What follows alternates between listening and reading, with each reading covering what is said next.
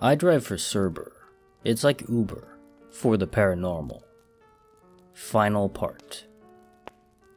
After I finished my call to Borg, I spent the drive steeping in my own thoughts. My heart found a new way to break as I sat in silence, knowing I likely won't be seeing Angela again. I never questioned if she was dead or not, but I had become so subconsciously numb that I completely forgot what it was like to hurt. I was actually grateful for the pain. With every tick that increased the number on the odometer, so did my wrath. I didn't even have the urge to stop and get taquitos. I spent 10 years waiting for some sort of closure, and even though I was robbed of an opportunity to say goodbye for a second time, I couldn't help but feel a sense of completion. I know who killed Angela, and I was on my way to give him a Jorg beatdown. There's no better closure. I may not be able to say goodbye to Angela, but I did take great comfort knowing that I'll be able to say hello again instead. For now, I will allow myself to hurt. It helps chip away at any fears that I may have left. I pull up to Borg's dilapidated ruins. Borg is outside, carrying what looks like a large sword, as he waddles his way up to the car. Shit, is he going to fit in the car? Borg, what in the holy hell do you have in your hand? I ask as he packs himself into the front passenger seat. Borg bring falchion sword. Good for murder sport, Borg says with an infectious amount of excitement. You don't think it's overkill? I have a gun, you know. Jim have pitiful boomstick. Borg have real weapon. Jim just jealous, Borg says, hauling the ridiculous blade over his shoulder and onto the back seat. I drop the topic. Borg, I swallow loudly as I continue. You wouldn't eat me, would you? Borg like Jim. Borg no eat Jim. Eating Jim would be like Jim eat dog, Borg says, matter-of-factly. You sassy bastard. Alright, well, I'm glad that you find me too adorable to eat, I fire back.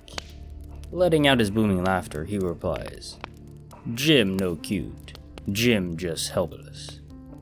He laughs harder, clutching his gelatinous gut. Alright, I chortle. Are you ready to help me end this?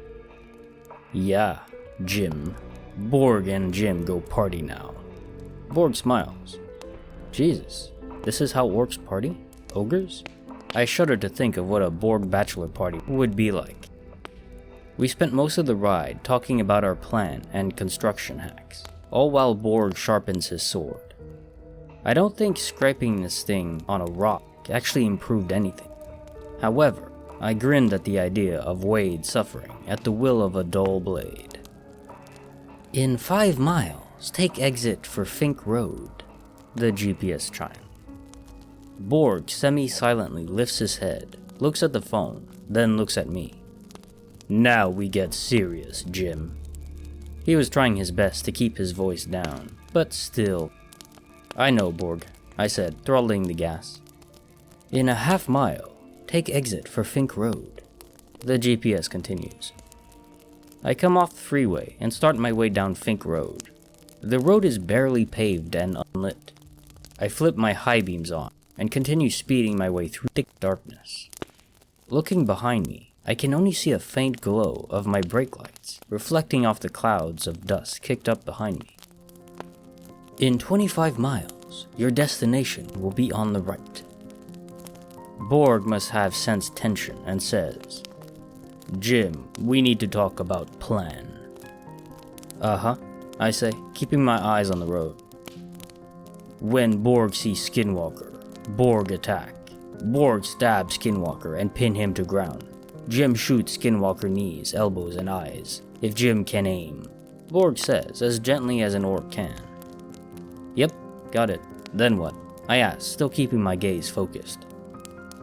Jim light Molotov and smash on Skinwalker head. Skinwalker will ignite. Very flammable. Flammable? I asked, puzzled. Yes, Skinwalker afraid of fire because Skinwalker catch fire easy. Borg like to watch. Borg lets out a creepy, thick giggle. That's sick, Borg. In 7.5 miles, your destination will be on the right. I feel my knuckles whiten, death gripping the steering wheel. I accelerate to 70 miles an hour. I'm so ready for this and truly looking forward to my next burrito, if I can manage to make it out alive. We pull up to a vacant mortuary. No one appeared to be standing outside. No lights were on, and the atmosphere was entirely silent, as if we were standing at zero gravity. Borg reaches into his shirt pocket and pulls out a pair of glasses, taking great care not to scratch the lenses. Great. I'm armed with weapons I've never used, and my backup is a handicapped ogre. Borg, not ogre. Borg, orc. Jim have handicapped mouth. Alright, I'm sorry. I'm just nervous, I guess. Is okay. Jim, please focus. Borg replies with sincerity and confidence. I keep my headlights on and stare at the front door of the mortuary, waiting for this thing to emerge. I almost missed Wade walking out from behind the left-hand side of the building. He was dressed in a pinstripe suit, slicked jet black hair, bronze complexion, and a fairly young face. Michael said he was around 150 years old, but he looked like he was in his early 20s. He stood grinning at me, locking my gaze. Borg and I looked at each other, nod, and get out of the car. I swing the backpack over my shoulder, and Borg does the same with his falchion sword. We begin towards Wade at a cautious pace, as he glides towards us, entirely unfettered by our preparedness. We all stop walking once we're about 10 feet away from each other, and I say, Wade? My voice was about as smooth as gravel. Wade opens his arms as if to embrace. Jim! Both Borg and myself put one leg back, bending our knees to receive an attack. Wade puts his hands up and lowers his head slightly. Alright, you don't trust me. That's probably wise on your part. I learned a little bit about you. I start in with my infamous false confidence. That you're a skinwalker, and not even your own tribe wants anything to do with you. Did you get caught strangling the family pets? I finish, satisfied with that low blow, which I could see ticked him off. No, not for strangling family pets. He started pacing, circling. I didn't see Borg flinch, so I tried to relax as much as possible. I trust that Borg will lead when it's time to move. I can see that you're not entirely certain what a skinwalker is, or you wouldn't be asking me such a foolish question. That's your first mistake. Trust me, pal, I've made many mistakes before this one. Pretty sure a Kelpie popped that cherry for me. I reply with cool ease. Right, he rolls his eyes. Well, a skinwalker is essentially a Navajo medicine man that succumbed to dark magic. He looks up at us, as if expecting some weird withdrawal or newfound fear. I've met quite a few beings who could decimate this freak.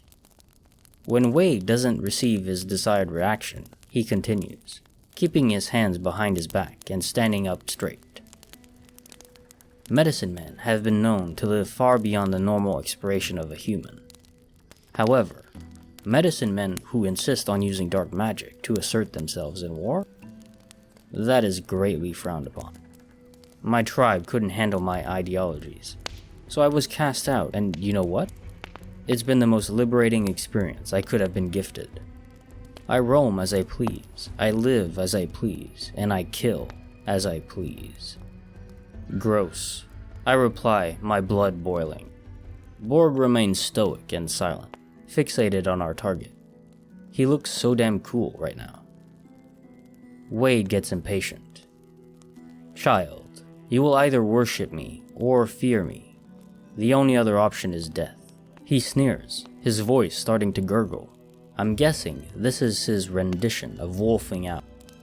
I didn't come here with silver bullets and an orc to join your shitshow religion, Wade. I yell at him. Years of frustration, pain, and despair have led me to being absolutely fearless and angry. I came here to annihilate you for your crimes against humanity, particularly against my sister. I have literally ghost-toted legendary entities that would serve you up on a slice of toast before a morning run. You're just a well-preserved human with magic tricks, I reply with searing vitriol. This does him in. I finally touched the nerve. You will respect me, he screams in his watery voice. It sounds like something is bubbling up from his throat.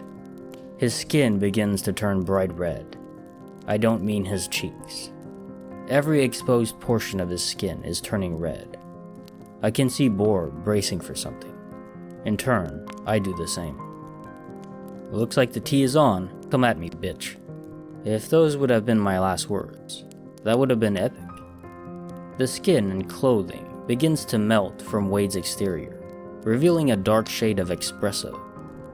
I could hear his bones crack and his limbs disjoint until he drops onto all fours with his head down. His roar could only be described as a puma's, with the bass cranked all the way up. Once Wade was finished transforming, he slowly lifted his head, and that's when I finally felt a dread in his presence. Half of his face was occupied with a lipless mouth adorning large, pointed teeth. He had small black eyes, fitted just above his shapeless nose, and long black hair that went down to his waist. I watched his chest heave and fall with every breath as he stared straight at me. Borg snaps into action and darts after Wade, raising his falchion, accidentally smacking me in the face with it. I hit the ground and yelp out like a wounded coyote, holding my face in efforts to quell the ringing in my ears. Borg turns around, still holding his sword up high. Jim? In a flash, Wade tackles Borg right into the car with enough force to cave the driver's side door in. Broken glass rained on top of them as they struggled. Wade sunk his massive teeth into Borg's shoulder, causing Borg to scream and release his grip in favor of his new wound. As I squint in their direction, I notice Borg trying to get on his feet, while Wade starts speed crawling towards me. I panic and start scurrying backwards, trying to not look away from this horrifying psycho spider sprinting in my direction. In my sad attempt to back away, I realize that I'm nowhere near my weapons. Fucking oops. I hear Borg stumbling his way towards us, falling to his knees every so often, undoubtedly from the pain. I just had to stall this thing for a few seconds to allow Borg to catch up. Wade jumps on top of me, sitting on my stomach and squeezing my throat with both hands.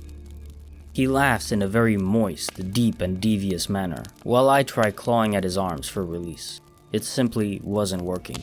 I could hear Borg getting closer, breathing heavy and clearly struggling. I have to do something. That's when I remembered grabbing the iron nail that Borg had gifted me. I quickly shoved my hand into my pocket, feeling the cold, rough surface of the nail. I yank it out of my pocket and slam it right into Wade's neck, causing him to release his grip and reach for the nail. In that split second, I wiggle from underneath him. Borg grabs Wade by the hair and slams him onto the ground. Borg treated Wade like a ragdoll, kept swinging him around until Wade could no longer move, entirely immobilized and worn out. Borg slammed Wade into the dirt, shoving his falchion through his chest and burrowing the other end into the ground beneath him, pinning him in place.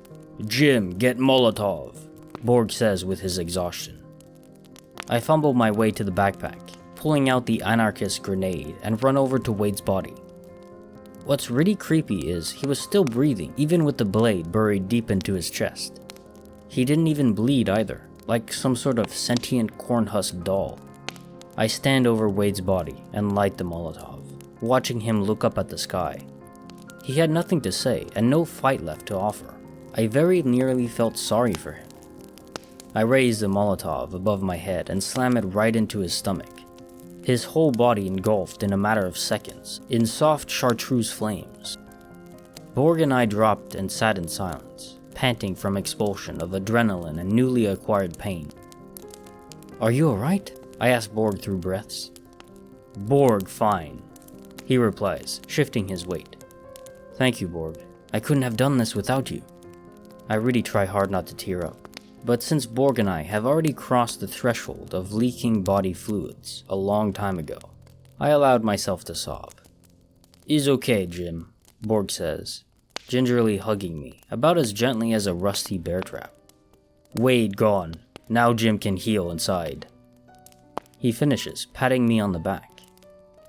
I limp over to the car to retrieve my phone and realize I have 13 missed calls from Adeline. Here we go. I call her back and she picks up in the middle of the first ring. Jim, are you alright? Yeah, I'm okay. Thanks to Borg, of course. Adeline lets out a sigh of relief and says, Thank goodness. Is Borg okay? Yeah, we need a ride though. What happened to the company car you had for a grand total of 6 hours? She's furious. So much for being worried about my safety. Well, the driver's side got crushed in the middle of our dispute. I reply, wincing at my own word. She lets out a snort and says, Alright, I'm sending a car after you two. Thanks, Adeline. After this, you won't be hearing from me anymore. I don't think I can work for Cerber any longer. Think again, Jim, she says with a maniacal tone. You now owe me a car. I've already ironed out the kinks with your own car, but you're gonna stay on with Cerber and regain enough funds to cover the damage of the one you borrowed. Once you repay me for this car, only then will we talk about releasing you from Cerber. Do you understand me? She huffs. I guess, I reply with defeat. Good, I'll allow you 1 week to recover, but then I expect you to be accepting rides immediately after. Oh, and watch your mouth. I'm getting complaints about your attitude from the clients. Yeah, okay, sorry Adeline, I say, rolling my eyes. Wonderful, she replies in her signature bubbly tone. Get well soon, Jimmy boy. Thank you for being a loyal employee at Cerber. The line clicks and dies. Damn it. I really need a burrito. This is Kinetic Symphony. If you've enjoyed this narrated story, please subscribe and like the video to help me grow. Thank you.